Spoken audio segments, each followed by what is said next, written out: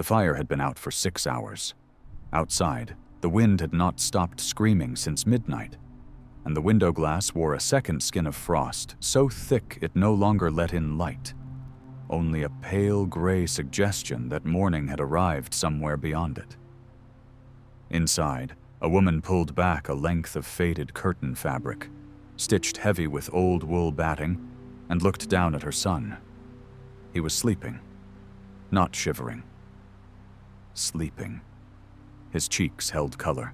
His breath moved slow and even, fogging faintly an air that should have been cold enough to hurt. On the floor beside the bed, a tin cup of water sat untouched from the night before, and it had not frozen. A stove with no fire in it should not have kept a boy warm through a night like that one. Every neighbor within 6 miles would have told her so, and most of them had, in the weeks before, standing in her doorway with their hats in their hands and doubt written plainly across their faces.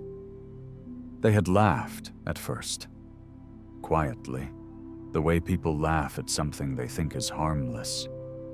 A widow, alone on marginal land nobody else wanted, wrapping her son's bed in curtains like it was some kind of stage. Like fabric could do what a full woodpile could not. Nobody was laughing anymore. Because the fire had gone out at midnight, and by any calculation the men in this territory understood, the cold should have come in after it. It always did. That was the arithmetic of a frontier winter. Simple and unforgiving. No fire meant no heat. No heat meant frost on the inside of the walls by dawn, and a fever in a small chest by the following night. Instead, there was a boy sleeping soundly, and a mother sitting very still beside him, listening to the wind try every crack in the house and fail to find the one that mattered. She had not discovered anything new. That was the strange part. The part almost no one in the county would have believed if she'd tried to explain it plainly. What kept her son alive that night was not an invention. It was something closer to a memory, half buried, carried across an ocean by people who understood cold in ways this frontier had not yet had to learn. But remembering was not the same as trusting. And trusting was not the same as surviving a night like that one on the first attempt. It had taken a failure. It had taken a cough that would not stop. It had taken a neighbor's honest doubt and a small brass pin that had belonged to a woman none of them had ever met. This is the story of how a widow's curtains outlasted a fire. Solveig Un measured her winter in cords, not calendars. By the middle of November, she had counted the woodpile 3 times, and 3 times it had come out the same. Not enough, not for a season that, in this part of the Dakota Territory, could stretch a full 6 months before the ground softened again. She stood at the edge of the pile, with her breath fogging in front of her, running one gloved hand along the split logs as though counting them again might change the number. It did not. The wood had been cut in August, back when her husband was still alive to help swing the axe, back when the plan had been for 2 people to get through winter, not 1 woman and a 7-year-old boy. Eric had died in July, caught beneath a wagon during the wheat harvest, gone before the doctor from town could even be sent for. The neighbors had brought food for 2 weeks afterward, the way frontier communities did when tragedy landed on someone's doorstep. Then the food stopped coming, because life on that land did not pause for grief, and everyone had their own harvest, their own woodpile, their own arithmetic to solve before the frost came. Solveig had inherited a house built for a family that no longer existed in the same shape.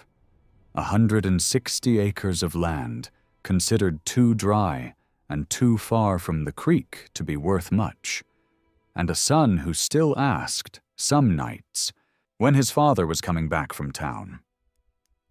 She had sold 2 of the 3 horses in September, keeping only the older mare because a homestead without any horse at all was a homestead that could not be worked. The money from the sale had gone toward flour, salt pork, and as much lard as she could store without it turning. There had been very little left over for wood, and what she could afford to buy from the mill in town would not stretch through a hard winter. Not even close. Her son, Niels, did not understand the arithmetic yet. He understood cold as something that made his fingers ache when he forgot his mittens, not as a slow calculation that could end badly for a family with too little fuel and too much winter left to survive. That night, after Niels had fallen asleep, Solveig sat at the kitchen table with a stub of pencil and a torn scrap of paper, working through numbers that refused to improve no matter how many times she rearranged them. 4 chords remaining, perhaps a little more. A winter that history in this territory suggested could run cold well into March, sometimes later.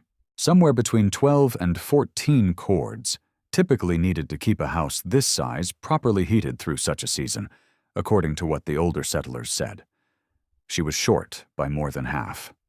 She could ration the fire, letting it burn low overnight, and only building it up fully in the mornings and evenings. She had already begun doing that, in fact, without fully admitting to herself why. But rationing fire in a Dakota winter was not a small risk. It was the kind of decision that, in a bad enough storm, could turn into a fatal one. Outside, the wind had already begun to change character, no longer the softer air of autumn, but something with more edge to it, more patience, more intention. It was the kind of wind that arrived early some years and simply stayed, deciding the whole shape of the season before anyone was ready. Solveig folded the paper twice and set it beneath the lamp, though she already knew the numbers by heart. She did not go to bed for a long while after that. She sat listening to her son breathe in the next room, and to the wind testing the edges of a house that had not been built to survive a winter alone. Otis Bramwell arrived on a Tuesday, the way he usually did, with no warning and a wagon half-loaded with feed sacks. He had no real reason to be hauling past her property. He was the nearest neighbor, 3 miles east, a rancher who had worked that stretch of territory for close to 20 years and had buried a wife of his own a decade earlier, though he rarely spoke of it. He was not a cruel man. He was, if anything, the kind of man who noticed things and said them plainly, which was sometimes harder to sit with than cruelty. He noticed the woodpile before he said a word about it. "That's not going to see you through," he said, climbing down from the wagon seat.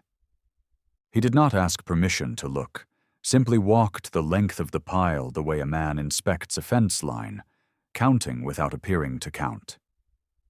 Not with a boy in the house, not with a season like this one's shaping up to be.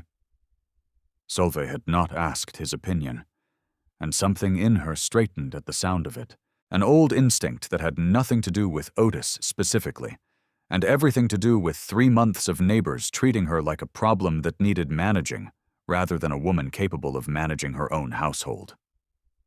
"We'll manage," she said. "I've got extra," Otis said, nodding back toward the wagon, though the sacks in it were feed, not fuel, and they both understood he meant something more general than what sat behind him. "Wouldn't be charity. Wouldn't even need to call it a loan. Neighbors help neighbors out here. That's just how the land works. Or it doesn't work at all."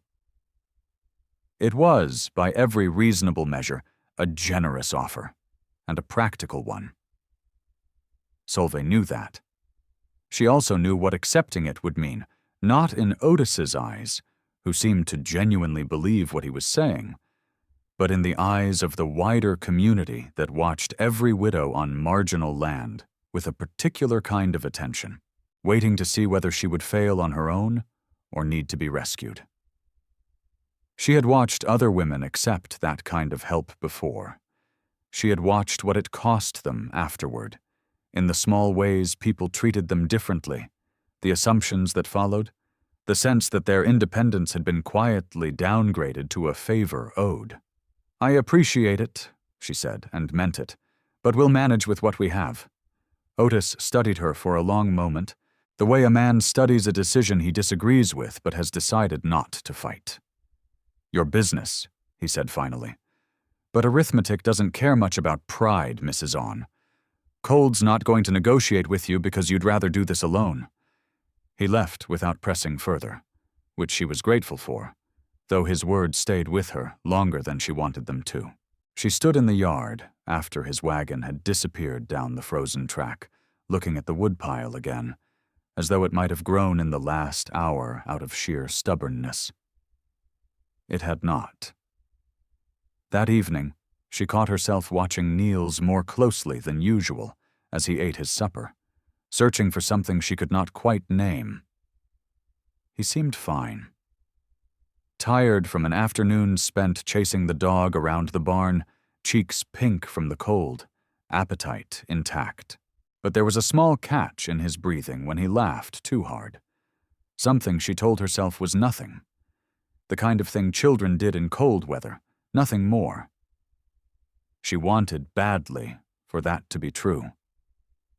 The cough came for the first time on a Thursday night, 3 weeks into December, and it arrived quietly enough that Solveig almost mistook it for something else. She woke to it from the next room, a single dry sound in the dark, followed by silence, followed by another. Not the deep, wet cough of real sickness. Not yet. But a small, persistent scrape at the back of a child's throat, the kind that came from air too cold and too dry pulled into young lungs night after night. She lay still for a moment, listening, telling herself it would pass. Then she got up anyway, because telling herself something and believing it were not always the same act, and crossed the cold floor to Niels's small bed in the corner of the main room. He was curled tight beneath 2 quilts, knees drawn nearly to his chest, and even in the low light from the banked coals, she could see the faint fog of his breath rising above the blankets. The room had not held its warmth. It rarely did anymore, not with the fire kept low to stretch the wood, not with a wind outside that seemed to find every seam in the house's timber walls. She placed a hand against his forehead.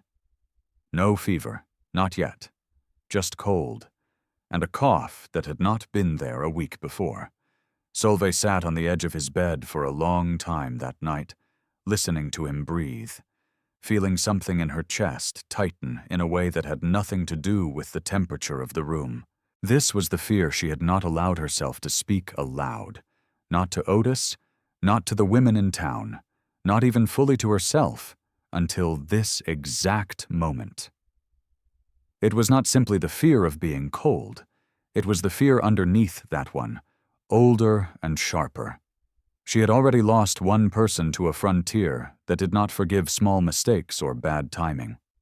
Eric had died from an accident, sudden and unrelated to weather or want, but grief did not organize itself by cause. It simply sat in a person, waiting for anything that resembled danger to wake it back up. A child's cough in a cold house was more than enough. She would not lose Niels to something as ordinary, as preventable, as a season she had failed to prepare for. The following morning she added more wood to the stove than she'd rationed herself, watching the flames climb higher than she could afford, and told herself it was only for today, only until the cough passed. But even as she thought it, she understood the deeper problem had not moved an inch. The wood would still run out. The winter would still have months left in it, regardless of how carefully she burned what remained. A cough that returned once could return again.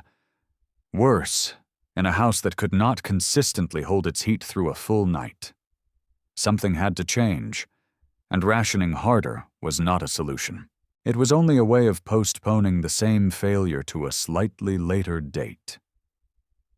That evening, unable to sleep, she found herself standing at the small trunk pushed against the far wall of the bedroom, the one that had crossed the ocean with her mother's belongings some 15 years earlier and had mostly sat closed since. She was not sure, later, what made her open it that particular night. Only that something in her, some old instinct beneath the fear, was reaching backward for anything that might still be useful. The trunk smelled of cedar, and something fainter beneath it, wool that had been folded away so long it had taken on the scent of the wood around it. Solveig lifted out linens first, then a heavy woolen shawl she had not worn since the crossing, then a small bundle of letters tied with string that she set aside without opening. Not that night, not with her hands already unsteady from cold and worry. Near the bottom, wrapped in a scrap of faded cloth, she found what she had not consciously been looking for, but recognized instantly when her fingers closed around it.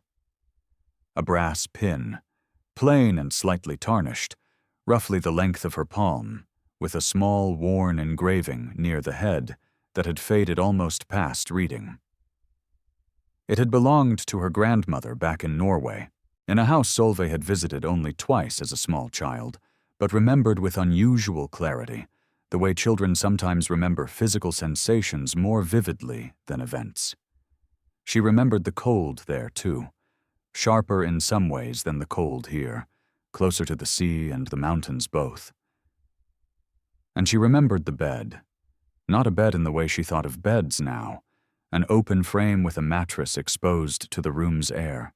Her grandmother's bed had been closed in on itself, wrapped nearly floor to ceiling in heavy curtains hung from a simple frame, so that climbing in at night meant stepping into a small enclosed space no larger than a closet, sealed off from the drafts of the wider room. She remembered asking, once, why the bed had walls of cloth instead of open air like the beds she was used to at home. Her grandmother had only smiled and said something Solveig had not understood at the time and had not thought about again in years. The house keeps the cold. The bed does not have to. At the time, it had seemed like nothing more than an old woman's habit, a leftover custom from a colder country. Perhaps a little strange, but no stranger than any number of old-world practices immigrant families carried with them and slowly let go of once they reached a new land with different problems to solve. Sitting on the cold floor of her own bedroom in the Dakota Territory, the pin resting in her palm, Solveig found herself doing arithmetic of a different kind. Not chords of wood this time, but memory. A bed that sealed itself off from a room that did not need to be fully heated if the sleeping space within it held its own warmth separately. Body heat, trapped rather than lost to open air, in a space small enough that even a modest amount of warmth might be enough to matter. It was not a plan yet. It was closer to a question, one she was not entirely sure she trusted. She had, after all, no full memory of how the frame had been built, no diagram, nothing beyond a child's half-formed recollection of climbing into a small, warm enclosure on a cold Norwegian night nearly 20 years earlier. She did not know if it would work here, in a different house, in a different climate, built by a woman with fabric scraps and no one to ask. But she also knew, with the particular clarity that comes from listening to a child cough in the dark, that doing nothing was no longer a choice she could afford to make. She closed her hand around the pin and did not go back to bed for some time. Building the frame took less time than gathering the courage to start. Solveig spent 2 days going, through everything the house had to offer in the way of fabric. An old wool blanket, worn thin in the middle but still heavy at the edges. A curtain panel from a window she rarely used, faded from years facing the afternoon sun. A length of canvas originally meant for patching the barn roof, stiff and unlovely, but thick enough to block a draft. None of it matched. All of it, together, might be enough.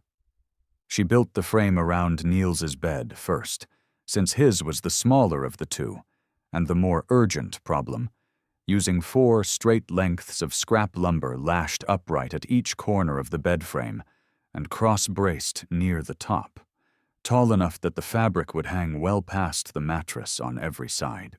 It looked, when she stepped back to study it, less like furniture and more like a small tent built indoors, an odd wooden skeleton waiting for skin.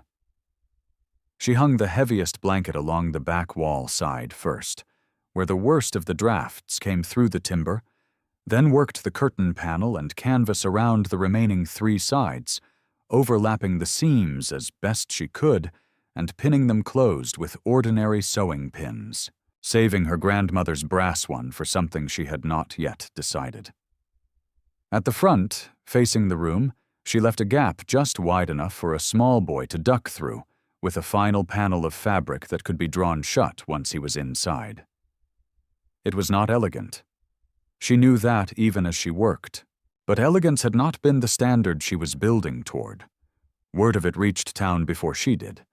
She had not told anyone what she was doing, had not intended to, but a homestead sees more visitors than its owner sometimes expects, and one of them, a hired hand delivering feed to a nearby ranch, had glimpsed the strange wooden frame through her window and mentioned it that same evening at the general store. The way small, odd details tend to travel fastest in small communities. By Sunday, after church, Solveig could feel the shape of the story that had spread ahead of her, even before anyone said a word to her face. Mrs. Pruitt, a stout, well-meaning woman who ran the boarding house and considered herself something of a moral compass for the community, approached her on the church steps with an expression that tried and mostly failed to hide its curiosity. "I heard you've built something of a tent, dear," Mrs. Pruitt said, choosing the word carefully, as though testing whether a kinder one existed and finding none. "Around the boy's bed." "A curtain frame," Solveig said evenly. "For warmth." "Of course," Mrs. Pruitt said, in the particular tone of someone who did not believe a word of it, but had decided not to push further in public. Behind her, 2 other women exchanged a glance that Solveig caught easily enough, the kind of look that required no translation. Poor thing. Alone. Too long. Playing house with fabric instead of doing the sensible thing and accepting real help. Nobody said the word charity out loud that morning, but it hung in the space between the words that were actually spoken, and Solveig understood exactly what was being suggested, that a woman without a husband, without enough wood, without enough sense apparently to simply ask for what she needed, had resorted to something faintly embarrassing, wrapping her child's bed in scraps like a child playing at a fort, rather than face her situation honestly. She said nothing further, thanked Mrs. Pruitt for her concern, and walked back to the wagon with her spine a little straighter than it needed to be. Niels, riding beside her on the way home, asked why the ladies had been looking at her funny. "They think our new bed is silly," Solveig said, keeping her eyes on the road. Niels considered this with the seriousness only a 7-year-old could bring to such a question. "Is it silly?" She thought about the pin in her pocket, about a memory of a warm, enclosed space from a country neither of them would likely ever see again, about a woodpile that would not stretch, and a cough that would not fully leave. "We're going to find out," she said. Otis Bramwell came by 3 days later, ostensibly to return a borrowed harness strap, though Solveig suspected the visit had more to do with the story making its way around the county than with the strap itself. He stood in the doorway of her bedroom for a long moment, studying the frame with the same careful, unhurried attention he'd given the woodpile weeks earlier, and Solveig found herself bracing for the same conversation, delivered in a different shape. "Heard talk in town?" he said finally. "I imagine you did." He walked a slow circle around the frame, testing one of the corner posts with his hand, checking whether it wobbled. It did not. Solveig had built it carefully, whatever else could be said about it. "I'm not going to pretend I understand what you're after here," Otis said, not unkindly, but plainly, the way he said most things. "But I've seen enough winters in this territory to tell you something for free, whether you want to hear it or not. Cold doesn't respect a clever idea, Mrs. On. It respects wood. It respects a full stove and a tight roof. I've known men, good men, careful men who tried something new because the old way felt too expensive, and I've helped bury a couple of them." It was not said to frighten her, and Solveig understood that. Otis was not a man given to cruelty or exaggeration. He was, in his own way, trying to protect her, drawing on 20 years of hard-earned experience that told him fabric around a bed frame was, at best, a decoration, and at worst, a dangerous distraction from a problem that had a simple, known solution. "You still think I should take your wood," she said. "I think you should take somebody's wood," Otis said. "Doesn't have to be mine, if pride's the trouble. But somebody's. This isn't the year to be experimenting, not with a boy in the house." She could not fault his reasoning. That was the difficult part of the conversation, the part that would sit with her longer than any of Mrs. Pruitt's veiled comments after church. Otis was not wrong about the danger of a hard winter, or about how many settlers had gambled on some unproven notion and lost more than they could afford to lose. His skepticism was earned, built from real losses he had witnessed firsthand, not from small-mindedness or a desire to see her fail. "I appreciate the concern," Solveig said, and this time she meant it more fully than she had with his first offer weeks before. "But I'm not asking you to trust the frame, Otis. I'm only asking you to let me try it." He studied her for a long moment, the same look he'd given the woodpile, weighing something privately before he answered. "Try it," he said finally. "But don't let pride talk you into staying quiet if it's not working. There's no shame in coming to a neighbor's door in the middle of the night if the boy needs it. There's shame in waiting too long because you didn't want to admit something failed." It was, in its way, the kindest thing anyone in the county had said to her since Eric's death, though it did not sound particularly kind in the moment. She thanked him, and he left without further comment, and she stood alone in the bedroom afterward studying the frame with new and uncomfortable clarity. He was not entirely wrong to doubt it. She did not fully know if it would work either. They tested it on a Tuesday, a night no colder than most that December had offered, deliberately chosen because Solveig wanted to see what the frame could do under ordinary conditions, before trusting it with anything worse. Niels was excited by the novelty of it at first, ducking through the front opening like it was a game, delighted by the small enclosed feeling of being surrounded by fabric on every side. Solveig drew the front panel closed behind him and pinned it, leaving only the smallest gap near the top for air, then banked the stove fire low, the way she had rationed it every night for weeks, and went to her own bed on the other side of the room. For the first hour, it seemed almost to work. She could hear Niels's breathing settle into the even rhythm of sleep, and when she pressed a hand briefly against the outside of the fabric wall, the air just inside felt noticeably warmer than the room around it. By the second hour, something had changed. The wind outside had shifted, coming now from a different direction than it had at sunset, finding a seam in the house's old timber that it had not found before. She felt it first as a change in the room's temperature, a deeper chill settling into the floorboards, and then heard it, a low, persistent draft working its way in near the base of the west wall, precisely where the fabric frame's back corner had been pinned. The fabric there had not been sealed as tightly as the rest. She had rushed that corner, she realized now, distracted by Mrs. Pruitt's visit and the argument with Otis, not giving it the same careful attention she'd given the other three sides. The wind found the gap the way water finds a crack, patient and thorough, and by the time Solveig woke fully to the sound of Niels coughing, the fabric near his head was damp with condensation, the trapped warm air inside meeting the cold draft and losing the argument entirely. She pulled the front panel open immediately.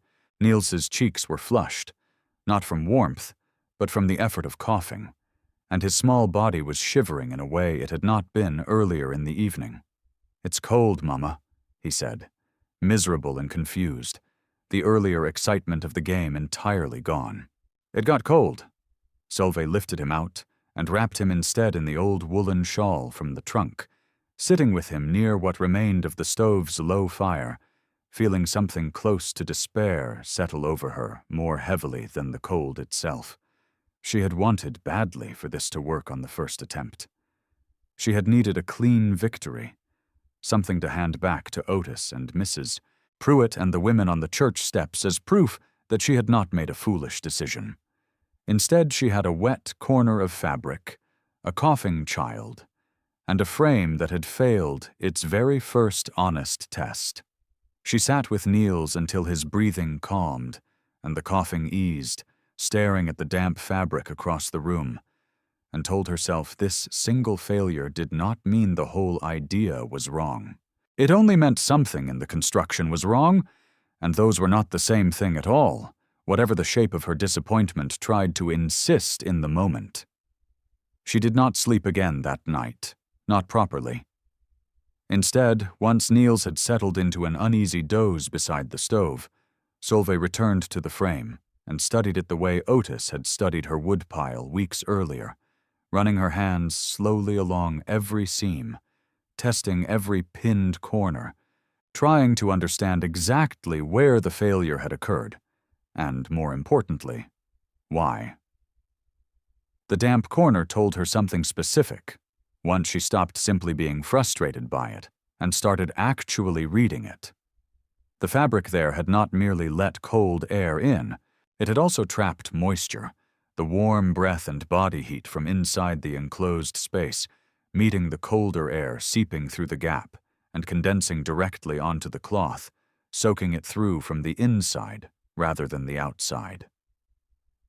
A wet blanket, she understood now, held no warmth at all. It was, if anything, worse than no barrier whatsoever, since damp fabric against cold air pulled heat away far faster than dry air ever could. She thought again, more carefully this time, about her grandmother's bed, trying to recall details she had let slip past her as a child, too young then to understand why any of it mattered.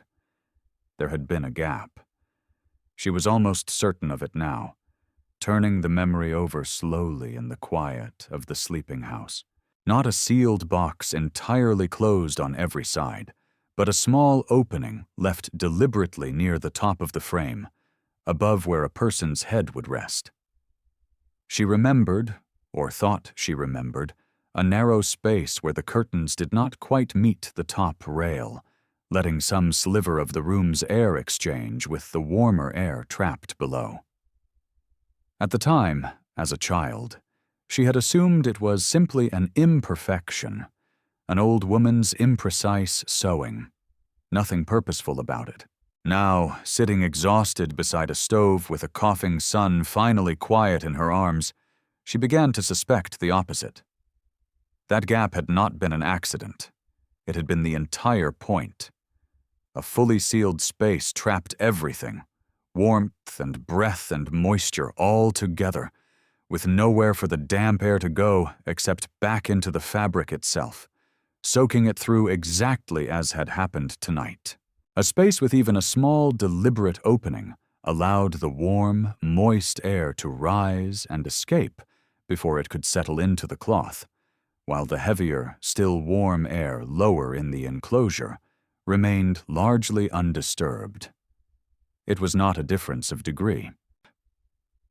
It was closer to the entire mechanism of the thing, and she had missed it, rushing the construction, focused on speed rather than the details her grandmother had likely spent a lifetime refining. She looked at the damp corner again, understanding it now not as evidence that the whole approach had failed, but as a very specific, very fixable mistake. The wind had found a gap she hadn't intended. Her grandmother, it seemed, had built a gap on purpose, in an entirely different place, for an entirely different reason. By the time the gray light of morning reached the frost-covered window, Solveig had already begun working out, in her mind, exactly how she would rebuild the top of the frame before nightfall. She rebuilt the top of the frame that same day, working through the cold afternoon light with fingers that stiffened every 20 minutes or so and needed to be warmed again by the stove before she could continue. This time, instead of stretching the fabric fully closed from the crossbrace down to the mattress on every side, she left a deliberate gap along the back edge, near where the frame met the wall, roughly the width of 2 fingers, running the full length of the top rail. She reinforced the corner that had failed the night before, doubling the canvas there and pinning it more carefully, using her grandmother's brass pin at last for the seam she trusted least, as though the pin itself carried some of the old woman's certainty into the work. Niels watched her work with the particular patience children sometimes surprise their parents with, asking occasionally why the top wasn't closed like the sides, and Solveig found herself explaining it to him in the plainest words she could manage, partly for his understanding, and partly to test whether she understood it herself. "The warm air needs a door, too," she told him. "Not a big one, just enough so it doesn't get trapped and turn wet." They tested it again that night, under conditions not meaningfully different from the failed attempt 2 nights before, deliberately unchanged so that any improvement could be attributed to the frame itself, rather than a milder evening. Solveig checked on Niels twice in the first 2 hours, each time finding the corner dry, the fabric holding its shape, no draft finding its way through the reinforced seam. By the 3rd hour, she allowed herself to press a hand flat against the fabric wall, near where his shoulders would be resting inside, and found the air just beyond it warmer than it had any obvious right to be, warmer than the open room around it, warmer than the floor beneath her own bed on the other side of the space. It was not dramatic warmth. She was careful, even in her private relief, not to overstate what she was feeling. It was not the heat of a stove, not the kind of warmth that would fog a window or make a person sweat. It was something more modest and more useful, a small persistent difference between the enclosed space and the open room, sustained hour after hour without a fire actively burning to maintain it. Otis happened to pass by the following afternoon, delivering mail that had been misdirected to his box by mistake, and Solveig, without quite planning to, found herself inviting him to feel the fabric wall himself, still faintly warm from the previous night, though the space had been empty and open to the room's air for hours by then. He pressed his palm against it for a long moment, his expression unreadable, then pulled his hand back and studied it as though checking for some trick he hadn't yet identified. "That shouldn't still be doing that," he said, more to himself than to her. "No fires touched that fabric directly," Solveig said. "It's not holding heat from the stove. It's holding heat from the room, from us, and not losing it as fast as the rest of the house does." Otis said nothing further for a moment, running a hand along the reinforced corner, testing the small gap near the top rail with obvious curiosity now, rather than skepticism. He did not say he'd been wrong. Men like Otis rarely said that plainly, but he stayed longer than the mail delivery required, and when he finally left, he did not repeat his earlier warning about pride and wood. The reprieve did not last long. 10 days later, the sky over the Owen homestead took on a particular color Solveig had learned, over 3 winters in the territory, to read as a warning rather than simple weather. A flat, heavy gray pressing low over the horizon, with a stillness underneath it that felt less like calm, and more like something holding its breath. Otis rode over that morning, unprompted, his own preparations for the coming storm already well underway, and confirmed what she suspected. Talk in town placed the front as a serious one, likely to bring several days of hard snow and temperatures well below anything the season had offered so far, somewhere near 10 degrees Fahrenheit or lower by the second night, according to what the more experienced ranchers were predicting based on the sky and the wind's early behavior.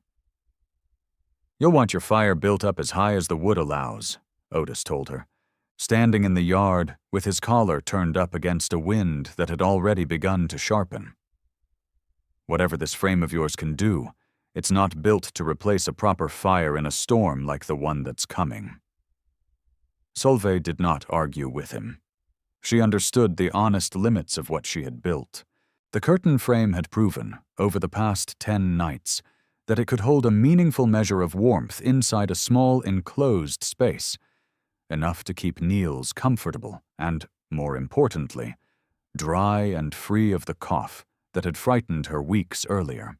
But it had never been tested against a storm severe enough to threaten the fire itself, and she had no illusions that fabric alone, however cleverly arranged, could substitute entirely for heat if the stove went cold for an extended stretch.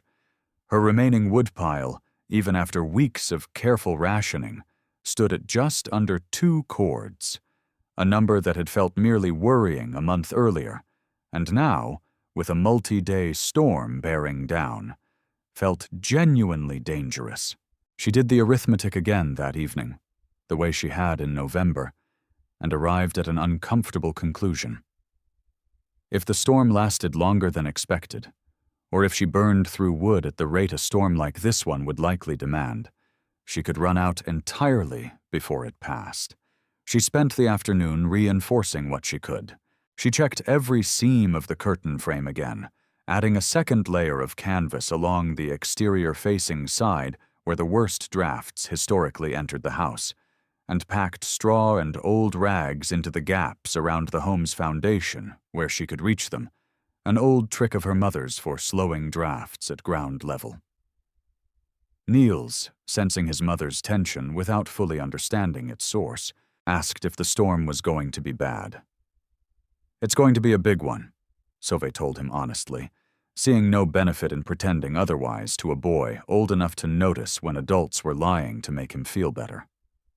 "But we've got a warm place for you to sleep, and we've got wood, and we've got each other. We'll get through it." She believed the words as she said them, mostly. But that night, watching the first thin bands of cloud begin sliding across the darkening sky from the northwest, she felt the particular fear of a person who has done everything reasonably within her power and still cannot be entirely certain it will be enough. The storm arrived in full force on the second night, exactly as Otis had warned, and by midnight the wind outside had reached a pitch Solveig had not heard since her first winter in the territory, a continuous roar broken only by the sharper cracks of ice striking the window glass.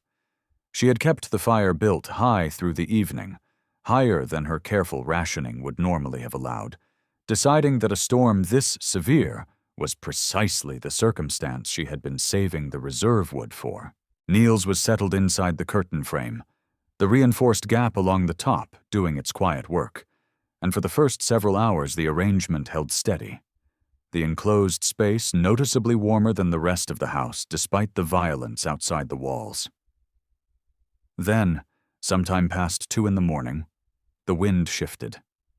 It came from a new direction entirely, swinging around from the northwest to something closer to due north, and Solveig woke to the sound of it finding an entry point the house had never been tested against before, a gap near the chimney base that had never mattered until wind approached from precisely this angle. Cold air began pouring into the main room with a speed that frightened her the moment she felt it against her face. Worse, the sudden change in draft pulled hard at the stove itself, and within 20 minutes, the fire that had been burning steadily for hours guttered, struggled, and went out entirely, the last of the visible flame collapsing into a faint orange glow among the coals. Before that, too, began fading toward gray. Solveig worked quickly in the dark, feeding what kindling she could find by feel, but the wind through the new gap fought her directly, pulling the small flames sideways and starving them before they could properly catch. After several failed attempts, she understood with a cold, clear certainty that she was not going to get the fire fully restarted. Not quickly, not in this wind, not until the gap near the chimney could be sealed. She checked on Niels immediately, her heart moving faster than the situation strictly required, and found him still inside the curtain frame, stirring slightly at the commotion but not yet fully awake. She pressed her palm to the fabric wall. It had cooled from its earlier warmth, unmistakably, but not entirely. Some measure of the trapped air inside still held heat the open room around it had already lost. It would not last, though. Not with the fire fully out and a storm this severe continuing outside. She had, she guessed, perhaps an hour, maybe less, before the enclosed space cooled to match the rest of the house, and the rest of the house was losing warmth rapidly through the new gap near the chimney. She worked by lantern light, pulling old rags and a spare wool blanket from the trunk and packing them hard against the chimney base where the draft was strongest, stuffing the gap as tightly as her cold hands allowed. It was crude work, done in a hurry, but the difference was almost immediate, the worst of the pull easing enough that when she tried the kindling again, the small flame caught and held. Even so, rebuilding a fire from nothing took time she could feel slipping past her, each minute another degree lost from a house already dangerously cold.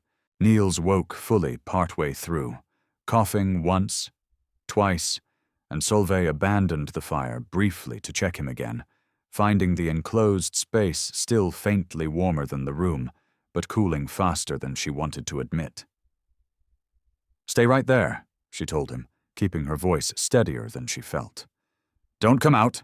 It's warmer in there than anywhere else in this house right now." He obeyed, small and frightened but trusting her, and Solveig returned to the stove, feeding it patiently, protecting the young flame with her body as a windbreak until it grew strong enough to survive on its own. By the time the fire was fully restored, throwing real heat back into the room for the first time in nearly 2 hours, she did not know whether the curtain frame had held Niels safely through the gap, or whether the delay had cost them more than the fabric could compensate for. She would not know for certain until morning. The storm broke sometime before dawn, the wind dropping from its roar to something closer to an ordinary winter breeze, and Solveig sat awake through the last of the darkness, feeding the rebuilt fire and listening to her son breathe from inside the curtain frame. He was sleeping. Not the ragged, uneven sleep of a child fighting illness, but something calmer, steadier, the same easy rhythm she had grown to recognize over the preceding weeks. When the gray light finally reached the frost-covered window, she drew back the front panel of the frame and found him warm to the touch, cheeks pink with ordinary color rather than fever, no fresh cough waiting in his chest. The tin cup of water she had left beside the bed the evening before, out in the open room rather than inside the frame, had frozen solid overnight, a small, plain piece of evidence that told her more clearly than anything else could have just how cold the wider house had actually gotten during those 2 hours without a fire. Inside the frame, close beside where Niels had slept, nothing had frozen at all. Otis rode over shortly after sunrise, checking on neighbors the way ranchers in the territory did after a storm of that severity, and found Solveig outside inspecting the chimney gap in daylight, already planning a more permanent repair. She told him what had happened, plainly without exaggeration, including the hour the fire had been out entirely. He was quiet for a long moment after she finished, looking toward the bedroom window as though he could somehow see the frame through the wall. 2 hours with no fire, in that wind, he said finally, and the boy came through it without so much as a shiver you're worried about. Not without a shiver, Solveig said honestly, but without it turning into anything worse. Otis did not offer wood again that morning, and did not need to.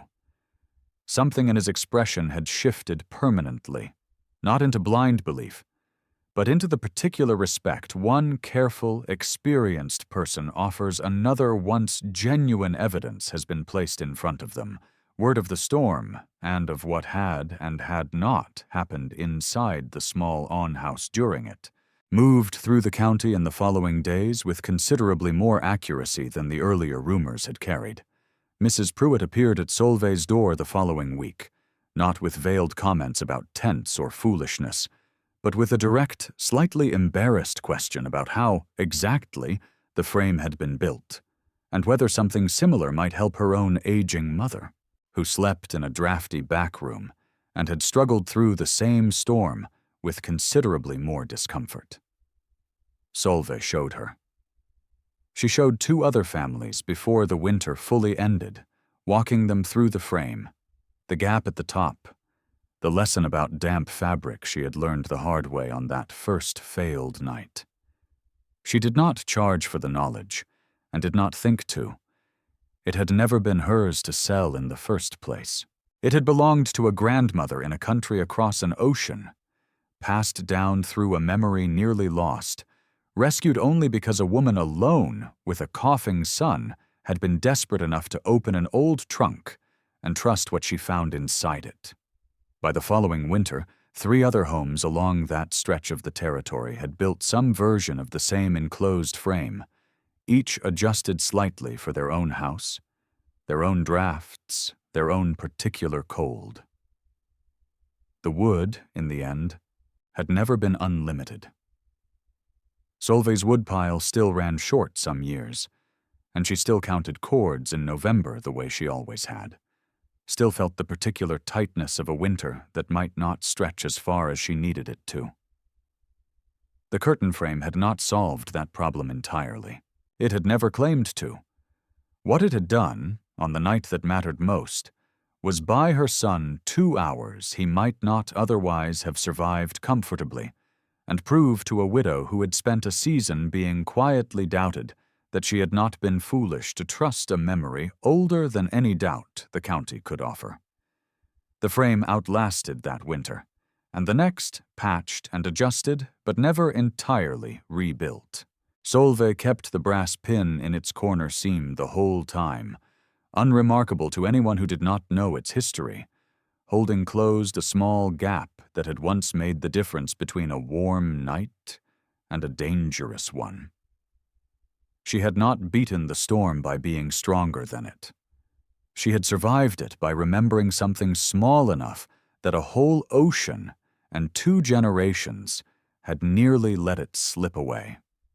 This story is presented for educational and historical storytelling purposes. It is not engineering, construction, or safety advice.